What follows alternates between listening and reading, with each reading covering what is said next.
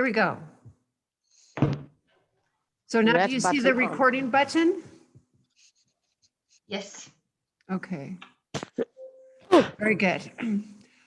Wow, welcome to class 4, and thank you for coming. Thank you. So thank you very much. Would someone like to lead the prayers this morning? Ute? If not, maybe Juliet would like to, or you. Just a second. All right.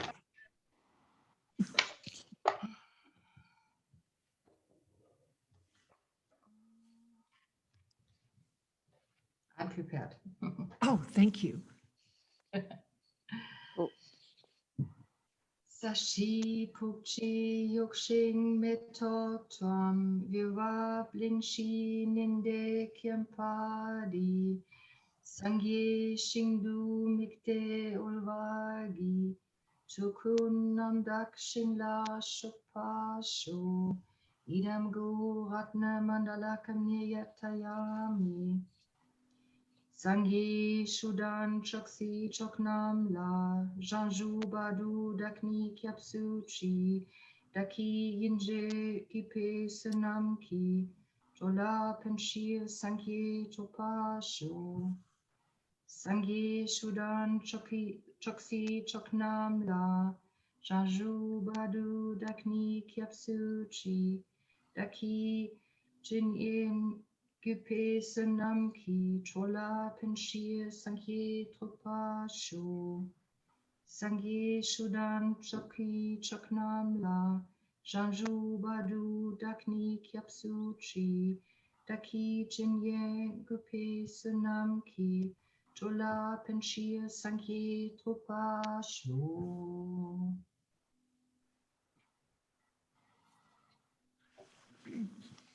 Thank you. Thank you. So let's review class 3. I have a question about the homeworks. Should we Yes. send them in to you, or how are we doing this? Yes, Okay. please send them to me and I'll grade them. And then I will make sure they get to the registrar in time Okay. at the end of the course. Okay. Okay. Thank you. And you don't need to adhere to the strict schedule of due 5 days after class. It's okay if you send them in later. I just want to make sure they don't all come in at the last minute. And there's only a few of us, so even if they did, I could still do it. We have a little time. We need to get these grades in by March 1st, right? To qualify you for your teacher training program. So that's our goal. Okay. So question 1 was, give the text of the opening of Je Tsongkapa's Essence of the Ocean of Discipline and explain its significance. Please, just anyone, speak up. I just did it. Master Ngulchu Dharma Bhadra explains in the commentary to Lord Buddha's epistle the following explanation to the individual freedom vows. These vows are called individual freedom because those who take the vows maintain them and keep them gain free. You know, that sounds like class 2. Do you think that was class 2? Uh-oh, now everyone's frozen.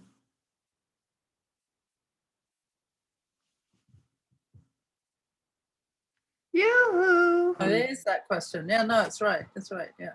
Was that class Okay. 2? That was class 3. Course 9. Question 1. Oh, may there be happiness and goodness. Are we May talking I about try? that?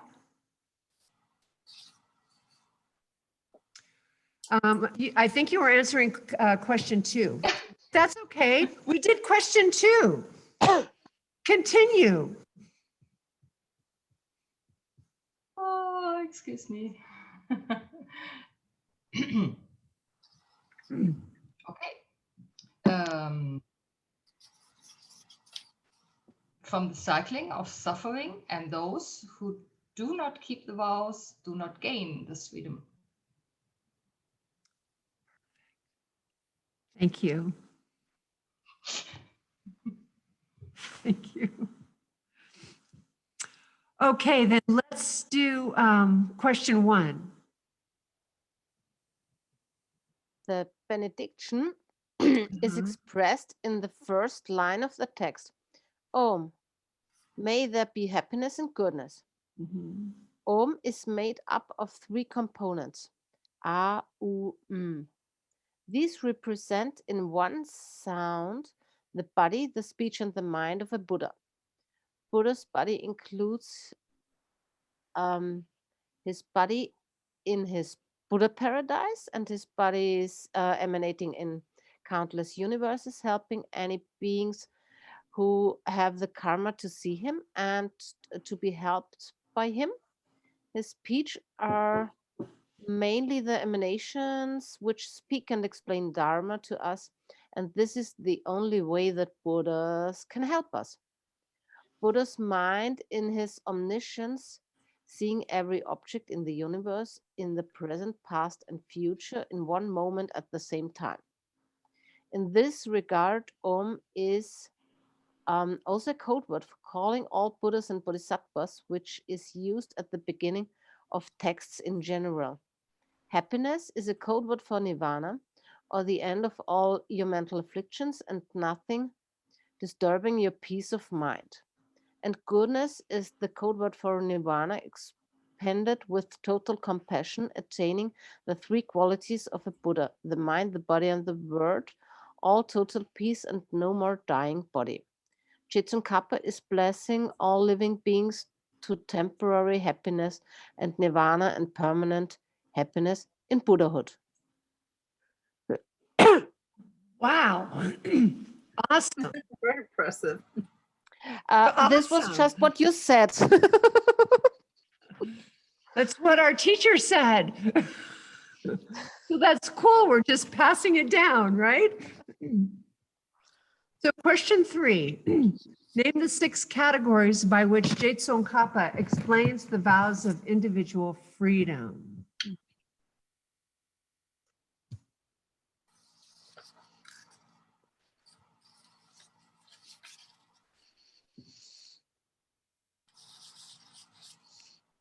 Okay, I try it. Yeah. The vows' truly. basic nature. Basic nature, Divided. the category, Okay, go ahead. how many? There are 8 of them. The individual sets of vows, and what kind of person can grow the vows or get the vows. Mhm. And this is extraordinary that we are in a Buddhist line who everyone can get the vows. It's possible for women as well. How the vows can be lost, and what are the benefits of keeping the vows pure and properly. Very nice. Thank you. Number 4, a general description of the vows of individual freedom. Please give that general description by directly quoting the relevant 2.5 lines of Je Tsongkapa's root text.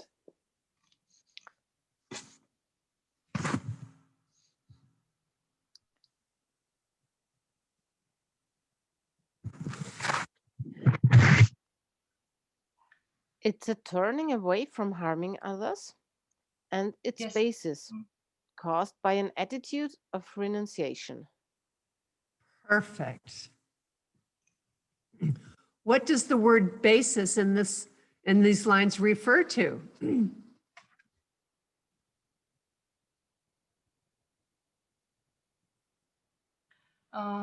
The word basis refers to the top of the top 10 non-virtues of all of the top 10, and these are related to the kleshas of the mind, and they are the foundation of the other 7 bad deeds. Or another explanation is the other bad deeds which are forbidden by Lord Buddha. But I have no clue, guess which are meant. Okay, Forbidden one. yeah, you know, Lord Buddha. our commentary did not go into that. Yeah. So what we'll have to do is wait for the next chapter. Dun, dun, dun.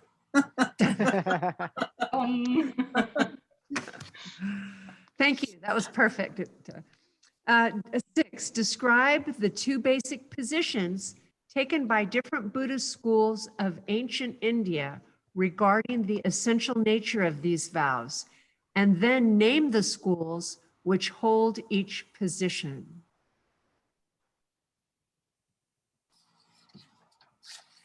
That was kind of interesting, wasn't it? Mhm. So a couple of the positions held the vows as something physical. And the definitions of physical were interesting. And the other schools are holding the vows as something mental. And those definitions were interesting too, right? Remember? Hmm. The Abhidharma school.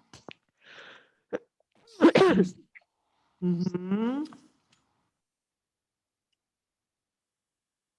And the other 2 do it as mind, in the mind, form in the mind.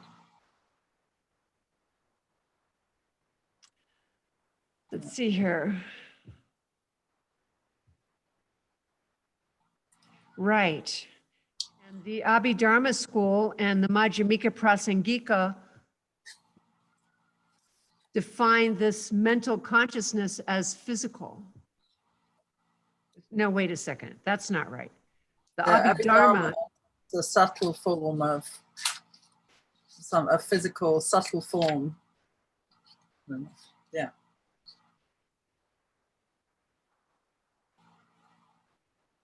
and the second position holds that the vows consist of continued intention. That's so interesting. Mm-hmm. Along with the mental seeds for the intention. And those are the sutras and the mind only. And the independent group of the Middle Way School. Mm-hmm.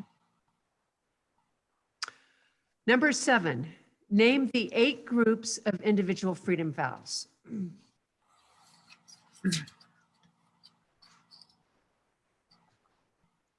The 1-day vows, family life, the layperson, female layperson,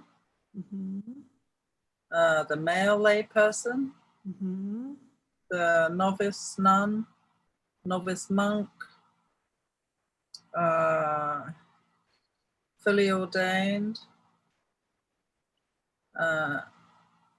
nun, and then the individual nun. What's that one? Intermediate. Intermediate nun, and the fully ordained monk. Perfect. Okay, very good. Awesome. So thank you. So now we're on to Je Tsongkapa's general description of the individual freedom vows. And he says he's just given us the 8 kinds, but you can split those 8 into 2 groups.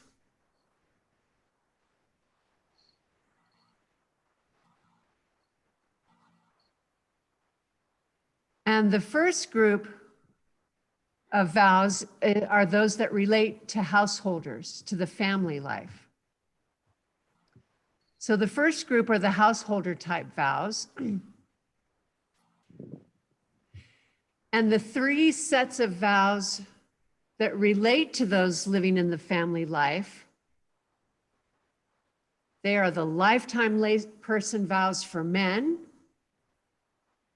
the lifetime layman's vows for women, and the one-day vows. So those all relate to family life.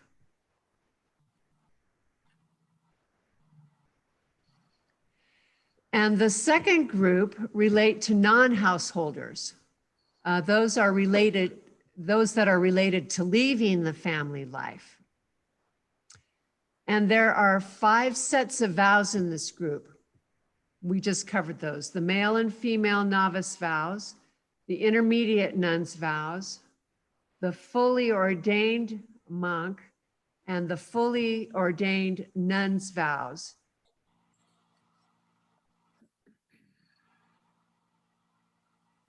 Okay. And now we're going to get on to this class. We're going to notice is mainly lists. We don't have a lot of commentary on this class. So now we're going to name the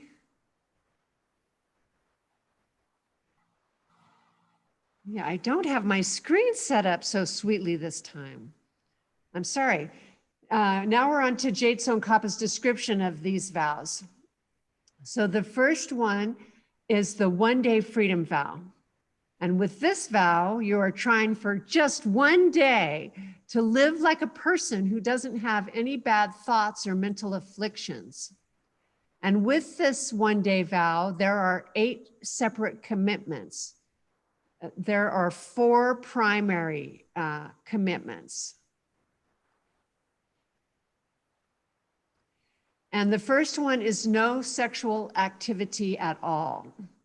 So for one day, you agree to avoid any sexual activity, and especially you agree to avoid adultery, sex with a married person. And this is not saying that sexual activity itself is bad or unclean, but it has with it much, oftentimes, mental affliction and ignorance of knowing where the happiness comes from, usually. And on a subtle level, it has an effect on your subtle body, which can interfere with your meditation. So it's helpful to avoid that for one day. The second one is not to steal anything, to not take anything that has not been given to you, which is of any noticeable value. And there's a big debate as to what is something of value. And Geshe Michael's thinking like a pen from work might not be of noticeable value, that someone would notice it had been stolen, but maybe 10 pens could be noticeable. You know, whatever you think is going to be labeled as stolen defines noticeable value.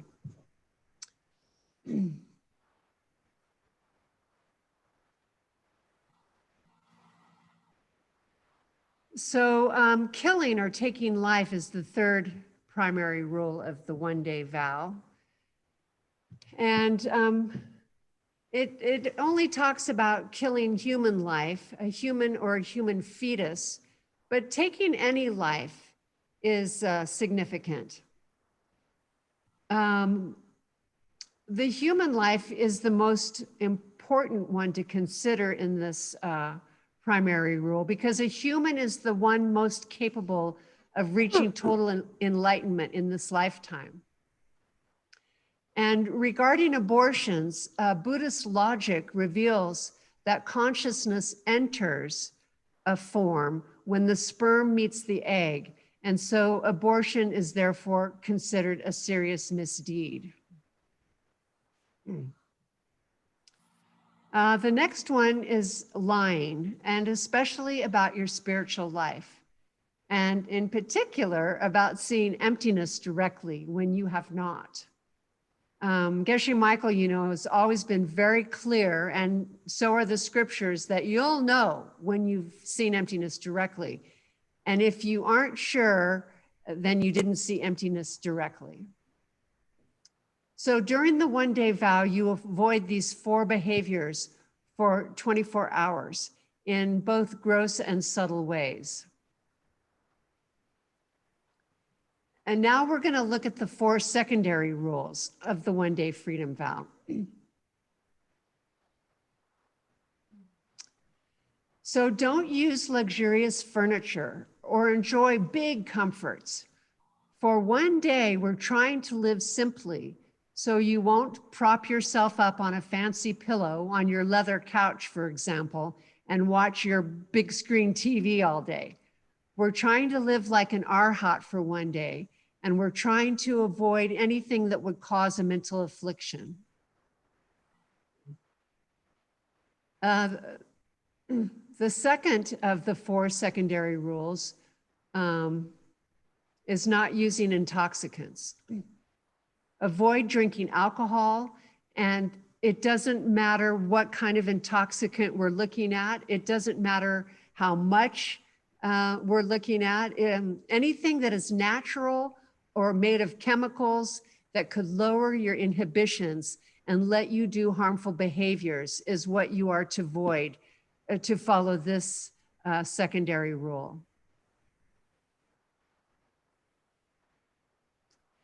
And the next one is no dancing, singing, playing music. That's considered one part of this next rule. Or no wearing flower garlands, perfumes, jewelry, or cosmetics. And these things lower your inhibitions again, leading you to do hurtful deeds. So most of all, these deeds can disturb your meditative concentration. So if we're trying to train in shamatha to get a very still mind, you'll find any of these things distracting. And that's the same, by the way, for the intoxicants. They call intoxicants crazy makers because they empower us to lose our mindfulness, and then we do harmful deeds to hurt other people. And that's the whole foundation, of course, is to not hurt other people. That's the whole thing we're trying to avoid. The last of the 4 is eating after noontime. This tends, if you've noticed, to make you feel kind of heavy and disturbs your meditation. It's a monastic tradition to not eat after noon. And the point being that eating just once a day leaves you so free of the thoughts and actions about getting food and cooking it and planning it and cleaning up, you know, food activities and food thoughts and food mental activity is all done before noon, and you're free to concentrate on other things for the rest of the day.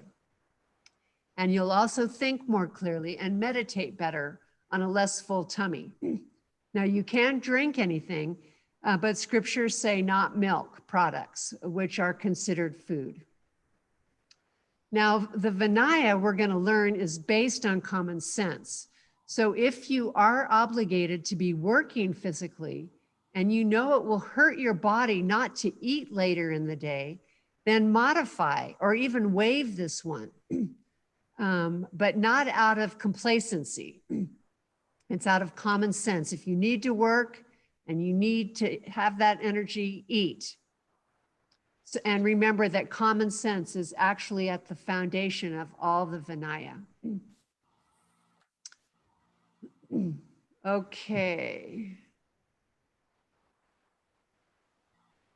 So now we're going to look at the one-day Mahayana vow of purification.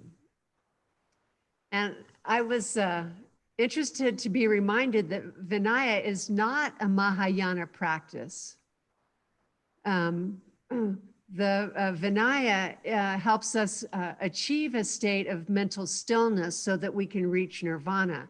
And then when we go to the Mahayana practice, that's when we're having a goal of getting bodhicitta to help others achieve happiness and freedom. So this Mahayana one-day vow of purification has the goal of getting bodhicitta. And this should not be confused with the other one-day vow.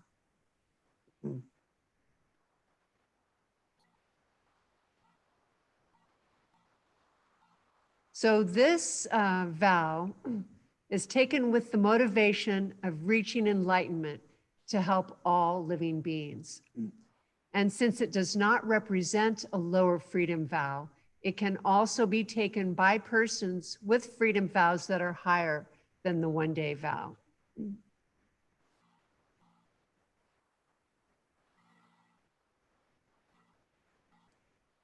Okay. Now we move on to the lifetime layperson vows. These are really easy to keep and include 5 serious bad deeds. The 5 vows are the same for men and women, and they last until you die. The first group, of course, we talked about only lasted for 24 hours until the next dawn. And these last when you die. So the 5 rules of the lifetime layperson's vow is killing a human or a human fetus. And we talked about that just now. The second one is stealing anything of worth, taking what was not given. And Geshe Michael says this includes activities such as cheating on your income taxes. That's stealing from the group abundance of society. The next one is lying about your spiritual life, especially saying that you saw emptiness directly. And this is also true if you imply you've had realizations, such as you've seen your future or past lives, which implies that you've seen emptiness directly. And of course, we know through all of our teachings that classically a person who has had the direct perception of emptiness will not declare that they did, because no one can actually confirm it.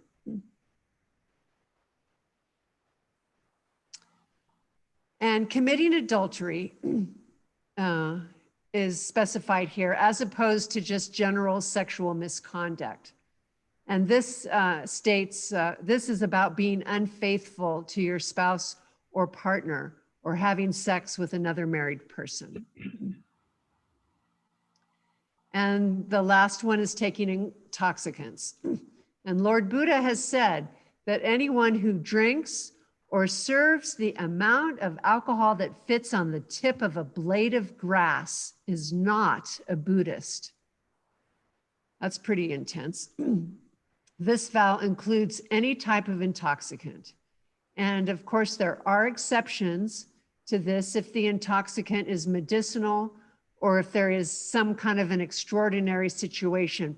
But we have to be very careful when we're deciding that this is an exception.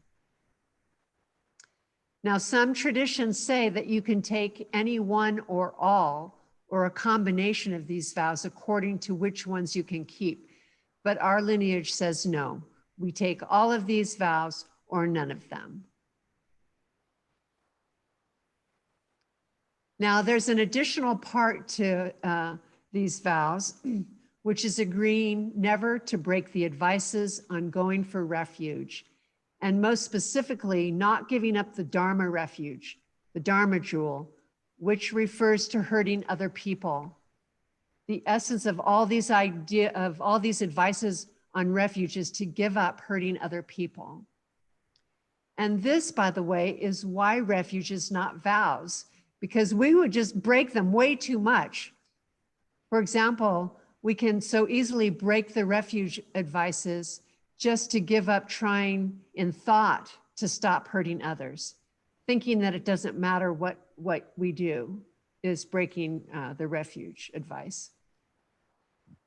So now Geshe Michael asks, do you have to be a vegetarian to keep that not killing vow, by the way? He says it's not a commitment to do so, but once we understand karma and ethics, we often reach a place where we prefer to stop contributing to the killing of animals and contributing to forcing others to do that killing for my behalf. And we understand that anytime I instigate anybody to do any of the 5 things, such as killing an animal for me to eat, it's equal to myself doing it. So taking these vows actually changes my sensitivity to Dharma and pushes my spiritual capacity, which is very cool. So now we move along to the novice monk and novice nun vows. Lay people cannot be told these individual ordination vows, but we can say they fall into 3 categories. So there are 3 categories. There are the 4 primaries of sex, stealing, killing, and lying, which are the same 4 as the root 4 one-day vow. The 6 secondary include handling money, luxury, intoxicants, the secondary vows of 6 dancing, etc., flowers, etc., and eating afternoon, and the 3 transgressions, which are disrespecting the person who gave you the vows, keeping your lay appearance, failing to take up a monk's appearance, which means wearing the robes and keeping short hair. And again, there are many exceptions to these, such as when it's not socially acceptable or when work would not support me wearing robes. So once you get committed to ordination, then you can learn some more about the vows. But the Bodhisattva vows are the only ones you can and must study first while you're a lay person. And interestingly, there's no explanation of why this is so. So you just don't get to know till it's already too late. Let's see here.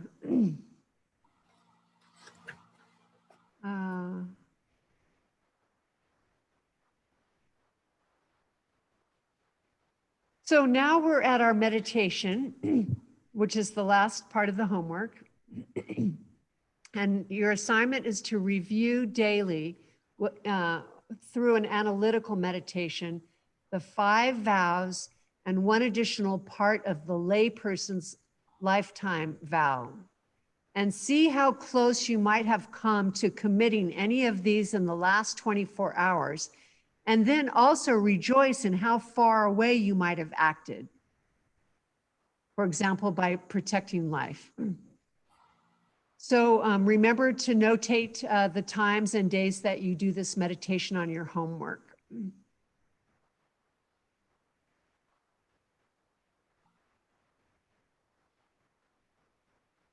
Would you like to do the meditation together now, or would you like to?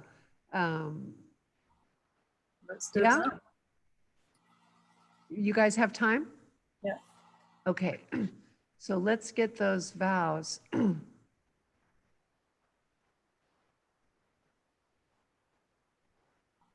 Okay, so remember the additional part is agreeing never to act against the advices on going for refuge, which means agreeing to not hurt anybody anymore.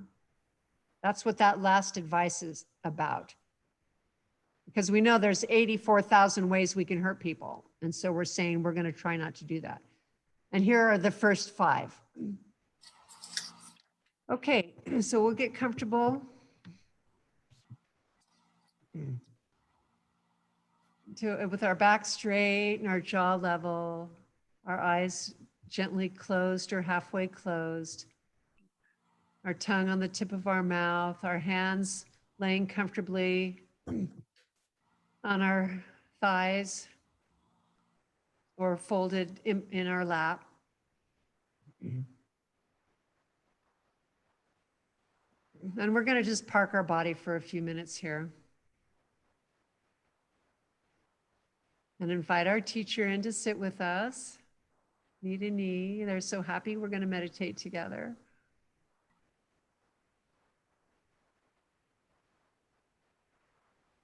And we make an offering to them.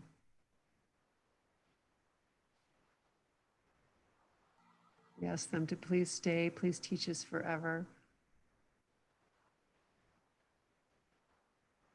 Let's make a little confession to them of something we did that hurt life in the last 24 hours.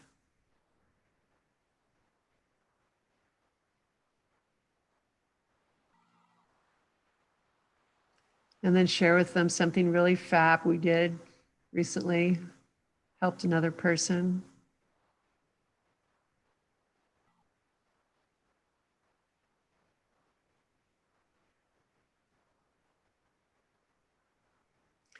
And they're so happy, they're smiling. You can feel their big, broad smile. Okay, so now let's look at these 5 lay person vows. First, of not killing a human or a human fetus.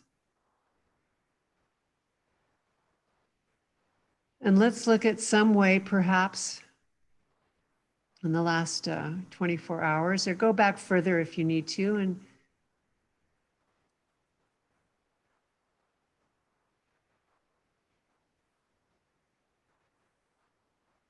think of some way that you might have hurt or killed a human or a human fetus. And of course, on this one, we're going to have to do the concentric circles outward. Or you can work on a very old one if you like. Those old ones are hard to get rid of. The stains are deep. So maybe confess that one to your teacher.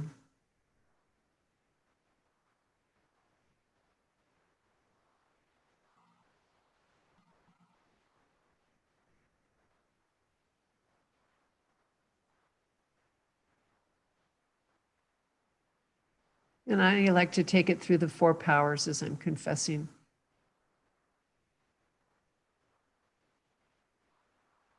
What I did have an abortion, so I can confess that. I can regret deeply, deeply, deeply, deeply that I did that.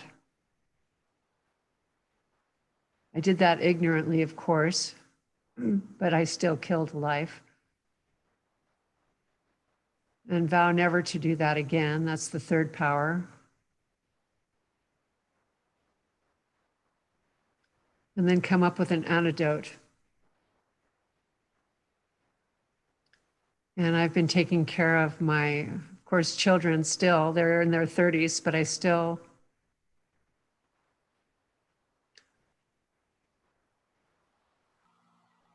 take care of them every way I can. Take care of my mom.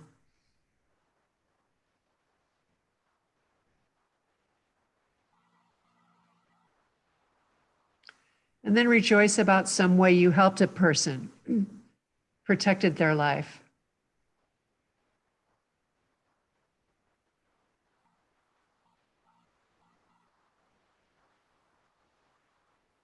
Picked up a pencil you saw on a stairway so that nobody will slip on it.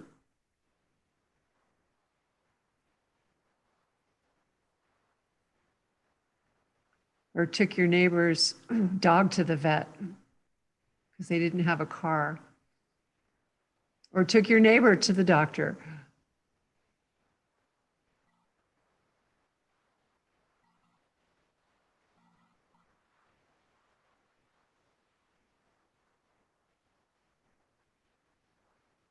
Do a little rejoicing on that. Generate the emotion.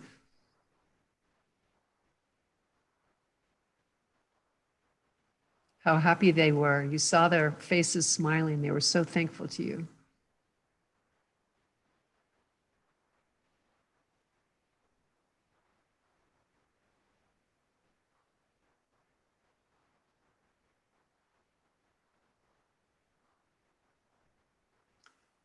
Now let's do the same format with not stealing.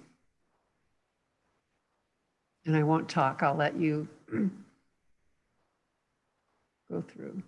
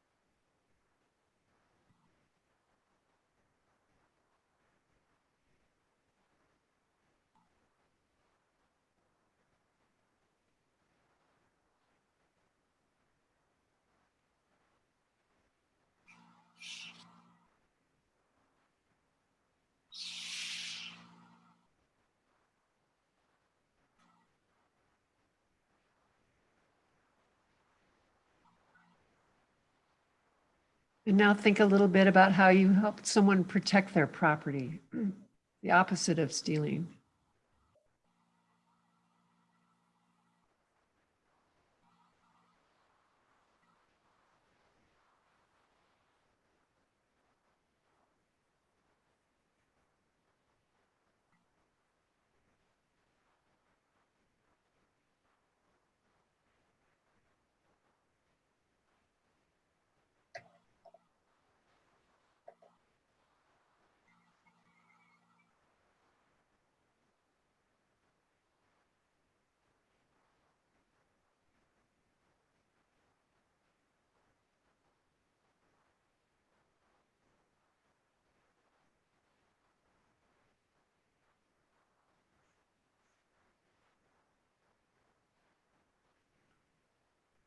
And rejoice about that. Oh, and dedicate that happiness you see in their face after you help them to the happiness and freedom of all other beings. That's nice to keep that good karma going forward into infinity. Now let's look at lying about my spiritual life in particular, lying in general. And we'll think of an instance we did and put it through the 4 powers.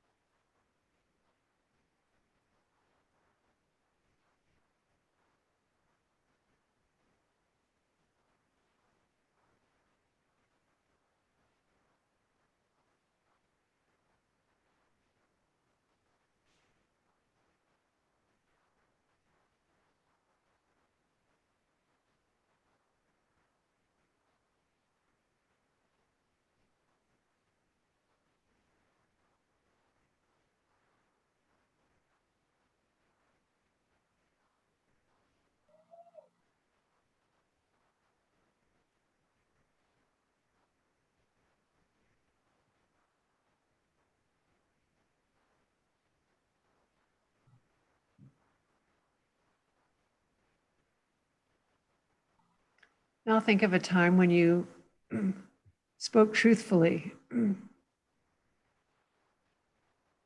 rejoice and dedicate that.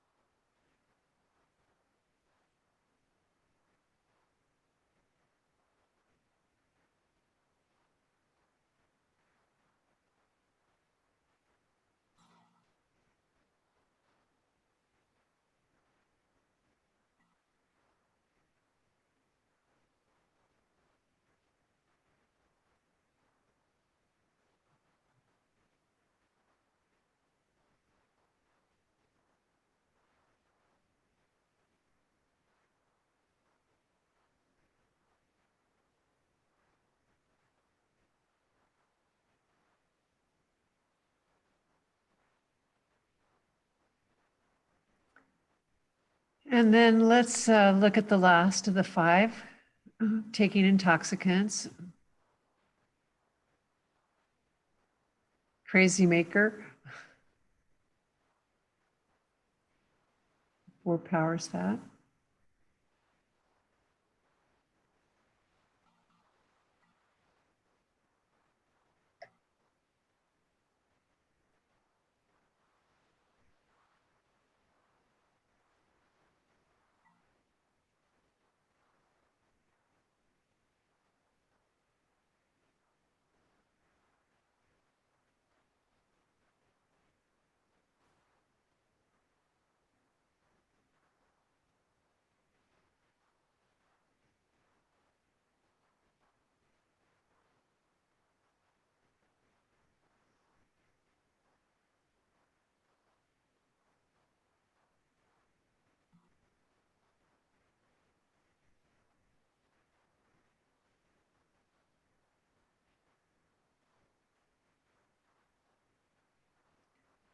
And now think of a time when you got very far away from that option and did not use intoxicants or promote crazy making.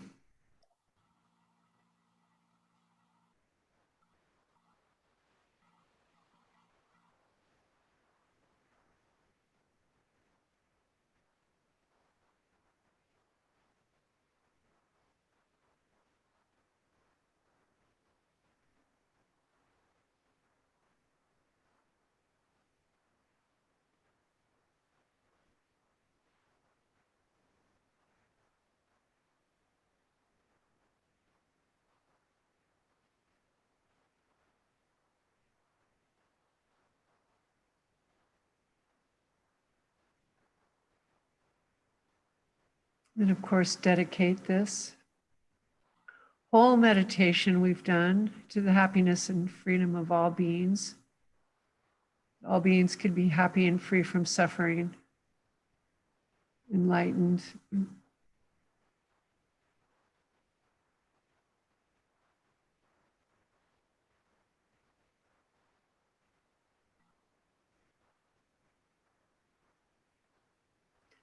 And ask your Lama to stay in your heart forever.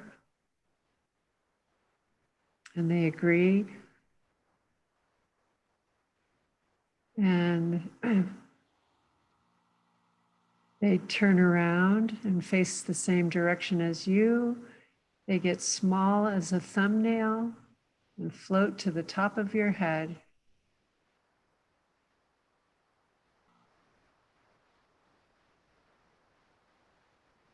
And then go down like honey into your heart, where they say they'll stay forever.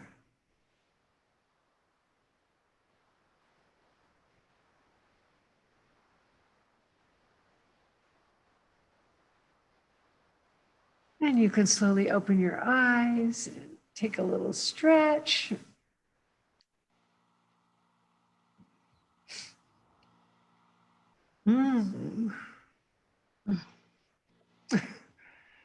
Thank you. Yeah. Thank you. This is how we make a beautiful world. Oh, I've been so weepy recently since the inauguration yesterday. Oh, that poem has blew me away. Yeah. Yeah, that was beautiful. But I did not realize how stressed I have been the last couple years, in particular. And you know, studying Buddhism, I know that projection is coming from me and my bad deeds. And it's been very stressful for me to own that. So I know now we have made a step forward in the possibility of creating a world truly equal for all beings. You know, our practice, our prayers is what's making the Buddha paradise, you know, our love with equanimity, all beings the same. I've got to purify all my divisiveness and all of my hatred and anger. You know, it's like, it's a big job making a Buddha paradise. So thank you for doing this together. You know, that's what we're doing. We're creating a beautiful world by purifying our own hearts. That's how we do it. Oh, so thank you. It's hard, isn't it? It's super hard, but we're doing it. So I rejoice and thank you for being in class. Thank you. All right, I'll send you the recording tomorrow morning, and I'll send you another link for Saturday morning. And again, thank you for helping to make a beautiful world.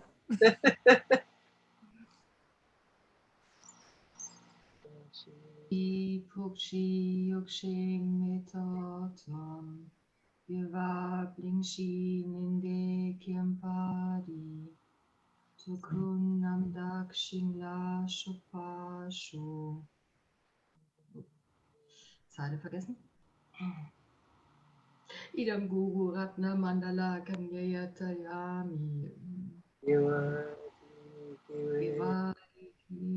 Vivo Am Sotsok Sanam Shile Jong Tampaku Tufashu.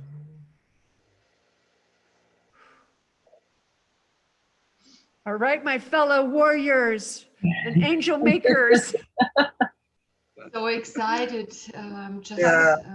have a good Fine. couple days. And Enjoy. I wish everyone wellness, healthiness. Thank you. Okay. Love you. Bye. I love you. I don't know how to turn this off right away, so excuse me for a moment while I fumble here. Stop share. And okay, adios.